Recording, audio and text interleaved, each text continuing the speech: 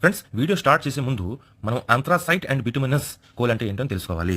అంథ్రాసైట్ అంటే carbon content, ఒక బొగ్గులో carbon content 86 నుంచి 96 ఆర్ 98% దాకా ఉంటుందన్నమాట. అంటే కార్బన్ కంటెంట్ ఎక్కువ ఉంటుంది, దానికి అంథ్రాసైట్ అంటారు.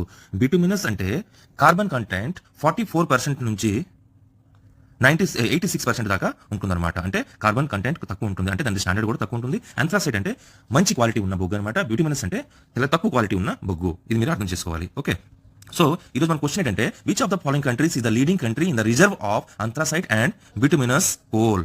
Option A Nepal, option B China, option C New Zealand, option D India. మీకు ఒకలా తెలుసుంటే ఆన్సర్ ప్లీజ్ కమెంట్ చేయండి.